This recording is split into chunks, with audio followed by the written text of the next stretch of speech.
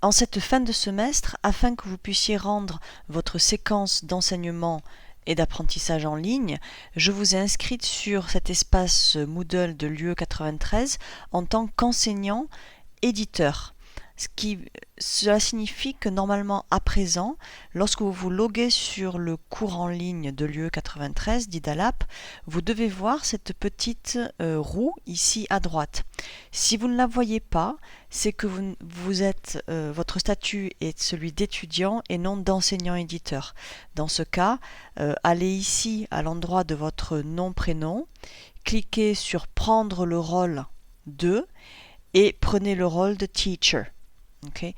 Mais normalement par défaut, vous avez bien le rôle teachers.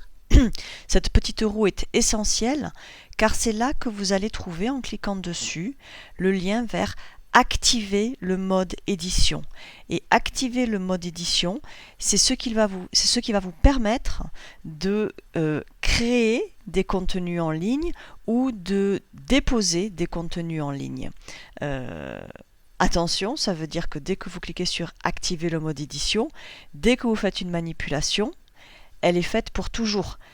Donc attention de ne pas détruire le travail des autres, de vos camarades qui sont en train de construire aussi leur séquence en ligne, et du mien, puisque nous partageons maintenant un espace. Donc vous cliquez sur ce petit bouton activer le mode édition, et à partir de là, vous voyez un petit message s'affiche pour vous dire que vous pouvez glisser, déposer des fichiers, et puis vous allez voir sur la droite ce petit lien vers modifier, et c'est ça qui va nous intéresser. Alors pour mieux travailler, je vous conseille d'appuyer sur ce petit menu ici de manière à faire disparaître, voilà, le menu que vous pouvez retrouver quand vous voulez du cours, simplement pour avoir un espace un peu plus grand.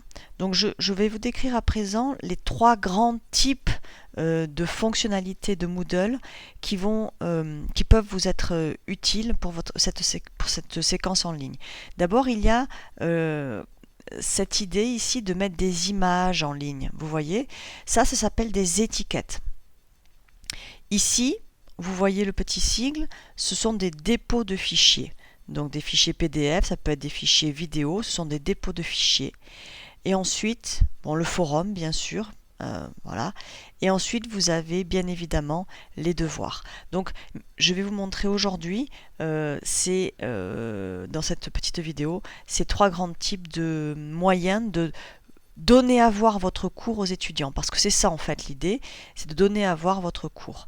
Donc vous allez descendre ici, la date peu importe, la personne peu importe, vous allez descendre dans votre section et vous allez ajouter une activité ou une ressource, et c'est comme ça petit à petit vous allez ajouter des choses.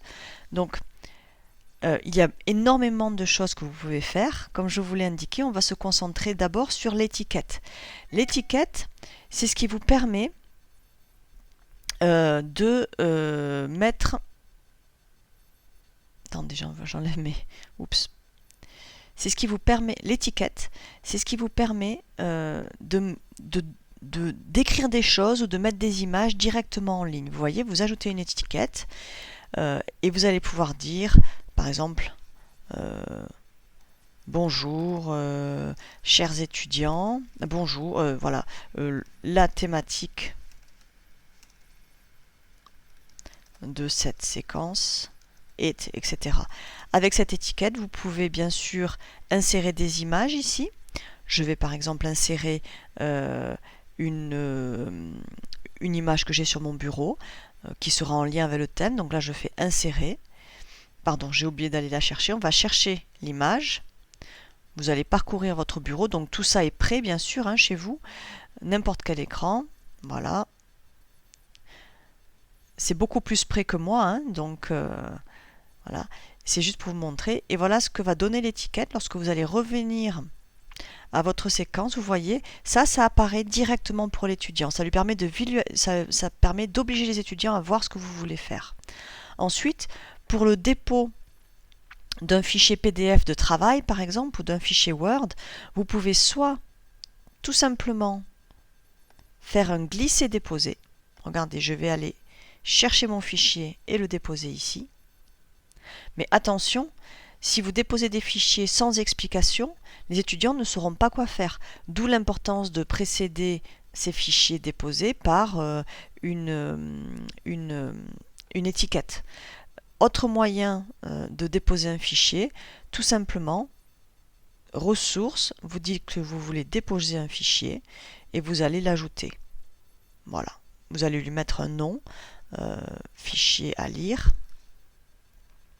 et vous allez ici de la même manière déposer ce fichier.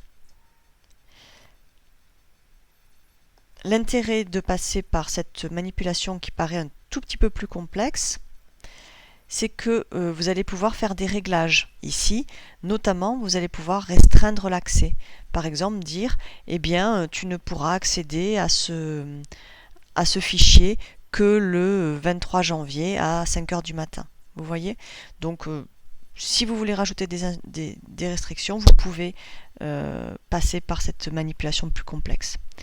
Si vous voulez changer le titre du fichier déposé, vous pouvez toujours tout simplement modifier le titre ici.